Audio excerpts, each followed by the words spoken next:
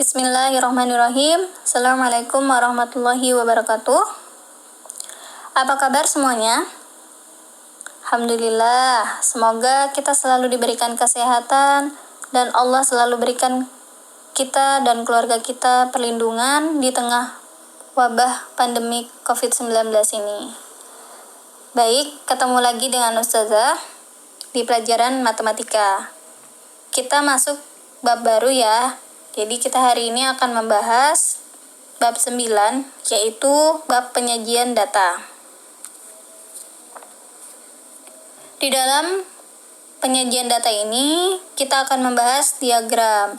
Nah, diagram ini sering kita jumpai dalam kehidupan nyata, baik dalam bidang ekonomi maupun perbankan. Kurs mata uang salah satunya. Setiap hari selalu ada perubahan kurs mata uang yang ditampilkan dalam bentuk diagram untuk mempermudah kita dalam mengamati peningkatan maupun penurunan kurs mata uang yang terjadi. Contohnya lagi, pada saat ini, kalian bisa lihat di berita setiap harinya, pasti berita itu menyampaikan penambahan dari pasien yang meninggal maupun pasien yang positif ataupun pasien yang sembuh setiap harinya dalam bentuk diagram ataupun tabel. Nah, itu juga contoh dari salah satu penggunaan diagram dalam kehidupan sehari-hari. Itu akan memudahkan kita mengetahui apakah setiap harinya ada penambahan ataupun pengurangan. Jadi di dalam bab ini kata kuncinya ada diagram batang, diagram garis, dan diagram lingkaran. Kita lihat dulu peta konsepnya. Jadi peta konsep ini adalah yang akan kita pelajari di bab penyajian data. Jadi penyajian data itu bagian dari statistika. Jadi statistika adalah ilmu yang mempelajari tentang cara pengumpulan, penyusunan, pengolahan, dan analisis data, serta pengambilan kesimpulan berdasarkan data yang disajikan. Jadi pertama itu stepnya pengumpulan data, kemudian penyediaan data, dan pengolahan data. Dalam penyediaan data, kita bisa menggunakan diagram ataupun tabel. Nah, jenis-jenis diagram ini ada 3, yaitu diagram batang, diagram garis, dan diagram lingkaran.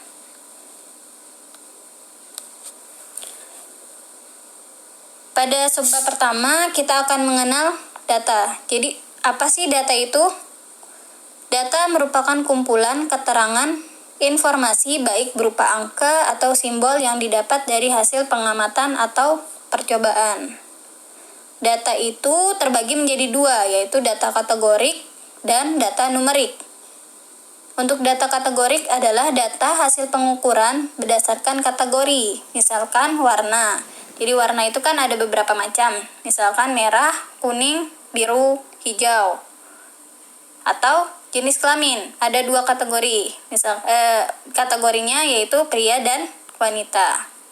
Nah, untuk data numerik ini adalah hasil pengukuran berupa bilangan-bilangan seperti contohnya berat badan siswa, jumlah bayi yang lahir, itu contohnya. Nah, tahap awal dalam statistika adalah pengumpulan data. Untuk mengumpulkan data, terdapat 3 metode yang kita dapat gunakan. Yang pertama, metode wawancara, atau biasa disebut interview.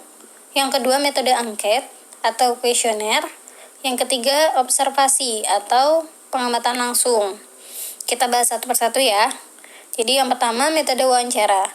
Metode wawancara ini metode yang digunakan dengan menanyakan langsung informasinya ke setiap responden. Pada metode ini, peneliti langsung bertemu dan bertatap muka dengan para responden satu persatu, sehingga data yang diperoleh merupakan data yang asli. Akan tetapi, untuk data yang jumlahnya besar, akan sulit jika menggunakan metode seperti ini, karena akan memerlukan waktu, tenaga, dan biaya yang tidak sedikit. Contoh untuk metode wawancara, misalkan ada data tentang keadaan dan kondisi satu keluarga yang tinggal di daerah perkotaan yang sangat padat, dan yang satunya lagi keluarga yang tinggal di daerah pedesaan. maka kalian dapat mendatangi kedua keluarga tersebut dan melakukan wawancara langsung kepada anggota keluarga di masing-masing daerah tersebut. Yang kedua ada metode angket atau kuesioner. Jadi metode angket ini adalah metode yang dilakukan dengan memberikan pertanyaan-pertanyaan kepada responden sehingga membantu menemukan data yang valid. Angket tersebut berisi sejumlah pertanyaan yang harus dijawab oleh setiap responden. Kemudian,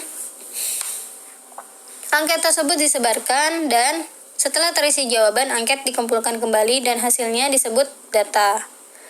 Nah, contohnya di sini ada untuk mengumpulkan data tentang acara televisi yang disukai dan yang tidak disukai pada jam tertentu oleh masyarakat di wilayah RT 5, kalian dapat membuat angket yang berisi pertanyaan-pertanyaan yang berkaitan dengan acara televisi yang disukai dan yang tidak disukai pada jam tertentu.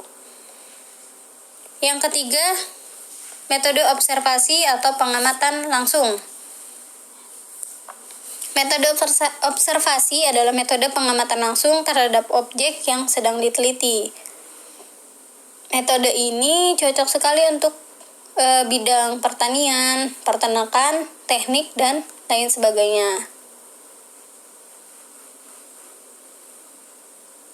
Contohnya, di sini ada data tentang tinggi badan dan berat badan siswa dalam satu kelas.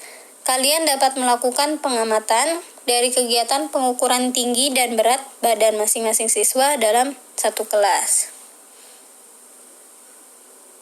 Selanjutnya, kita akan membahas berdasarkan cara memperolehnya, data terbagi menjadi dua, yaitu data primer dan data sekunder.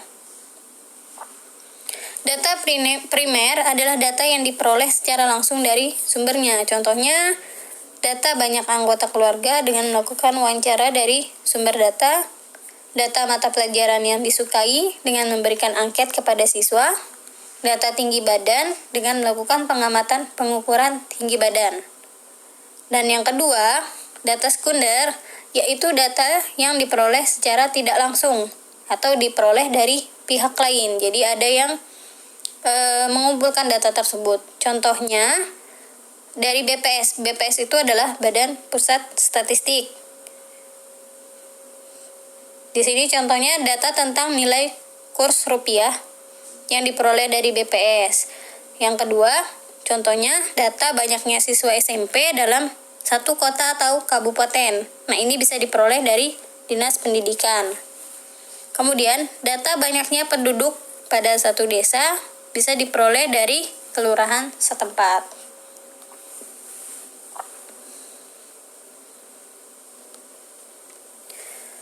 Oke, kita masuk ke subbab yang kedua, yaitu menyajikan data dalam bentuk tabel. Nah, untuk memudahkan data terbaca oleh orang lain, maka data harus disajikan secara baik. Dalam penyajiannya, data harus ringkas dan jelas sehingga dapat menggambarkan informasi yang sederhana, lugas, dan komunikatif. Adapun tujuan dari penyajian data adalah yang pertama itu membandingkan dua angka atau lebih. Yang kedua, menunjukkan distribusi subjek menurut nilai atau kategori variabel tertentu. Yang ketiga, menyampaikan perubahan nilai suatu variabel tertentu menurut waktu tertentu. Yang keempat, menunjukkan hubungan antara dua variabel. Yang pertama itu, ini macam-macam penyajian data dalam bentuk tabel atau daftar. Yang pertama itu, tabel baris kolom. Tabel ini digunakan untuk data yang terdiri dari beberapa baris dan satu kolom. Jadi, kolom itu ke bawah,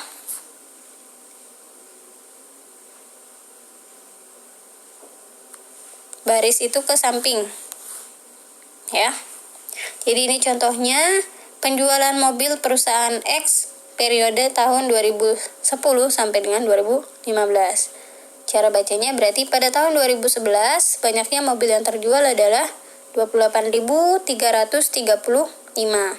sampai dengan seterusnya. Yang kedua, tabel kontingensi. Tabel ini digunakan untuk data yang lebih dari satu kolom. Contohnya, misalkan tabel kontingensi 3x2.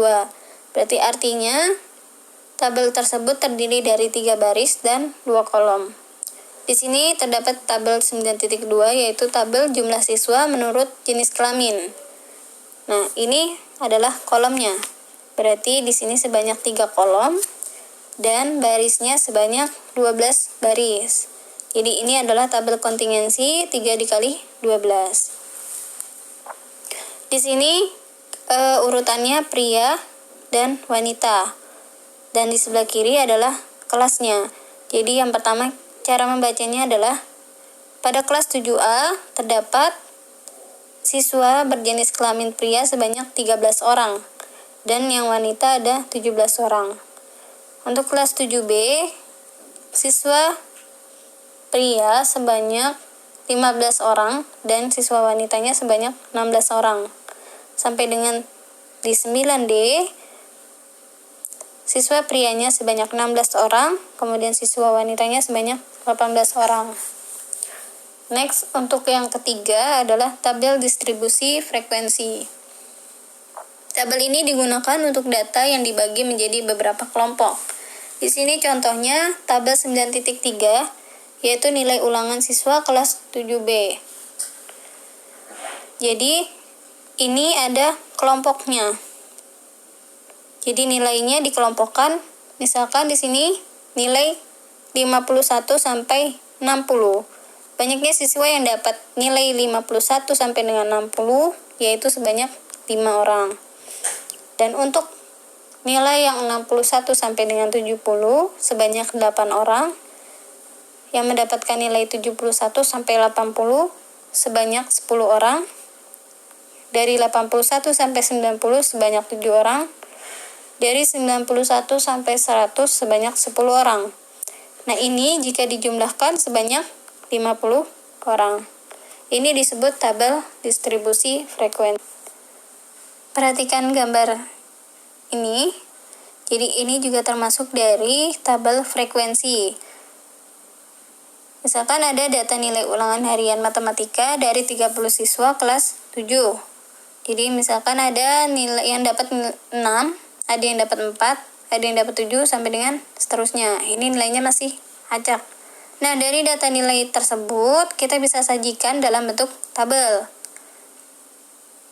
Yang pertama itu tabelnya kita bisa bikin di sini nilai, kemudian turus, kemudian frekuensi. Jadi berapa anak yang mendapatkan nilai 4? Kita bisa hitung 1, 2, 3, 4, 5. Berarti ini cara turus ya. Turus itu kita gariskan. Kalau sudah 5, coretnya ke samping. Seperti itu. Pertama kita tulis dulu nilainya, berarti dari 4, kemudian 5, 6, 7, 8, 9, 10. Kita lihat dulu yang pertama itu 6. Kita coret 1 di sini. Kemudian 4, coret 1 lagi. 7, coret 1 di 7. Kemudian 4 lagi, coret 1 di 4. Hitung sampai di akhir yang di sini, sampai 6. Kemudian kalau sudah 5, kita coretnya ke samping. Kemudian hitung turus ini, berarti 1, 2, 3, 4, 5. Tulis di frekuensi, berarti ada 5 anak yang mendapat nilai 4. Kemudian yang nilai 5 sebanyak 4 orang. Dengan nilai 6 sebanyak 9 orang. Yang nilainya 7 sebanyak 4 orang. Yang nilainya 8 sebanyak 5 orang. Yang nilainya 9 sebanyak 2 orang. Dan yang nilainya 10 sebanyak 1 orang. Nah, jumlah dari frekuensi ini adalah 30, yaitu jumlah dari siswa dalam kelas tersebut. Nah, tabel tersebut merupakan contoh penyajian data bentuk tabel frekuensi dengan data satu variabel. Dari tabel tersebut, kita juga bisa buat penyajian data 2 variabelnya, di mana kita pisahkan jumlah laki-laki dan perempuan. Contohnya di sini, tabel nilai ulangan yang tadi, kita bisa buat seperti ini. Jadi, kita pisahkan antara laki-laki dan perempuan. Jadi yang mendapatkan nilai 4, laki-laki sebanyak 2 orang dan perempuannya sebanyak 3 orang. Jumlahnya 5 orang. Kemudian contoh lagi yang mendapatkan nilai 7, yaitu laki-lakinya sebanyak 1 orang, perempuannya sebanyak 3 orang. Maka jumlah dari yang bernilai 7 yaitu 1 ditambah 3 hasilnya 4. Kemudian yang terakhir nilainya 10, laki-lakinya tidak ada yang dapat 10. Kemudian perempuannya ada 1 orang yang mendapat nilai 10. Maka jumlahnya sebanyak 1 orang. Dari sini berarti jumlah laki-laki sebanyak 14 orang, kemudian jumlah perempuannya sebanyak 16. 14 ditambah 16 hasilnya adalah 30. Jika ditambahkan dari yang 5 tambah 4 tambah 9 tambah 4 tambah 5 tambah 2 tambah 1 hasilnya juga 30. Nah, itu adalah contoh dari penyajian menggunakan tabel. Sampai di sini dulu penjelasan dari Ustazah. Semoga bermanfaat. Kemudian kalian akan diberikan tugas untuk mengerjakan contoh-contoh dari penggunaan tabel. Sekian, terima kasih. Assalamualaikum warahmatullahi wabarakatuh.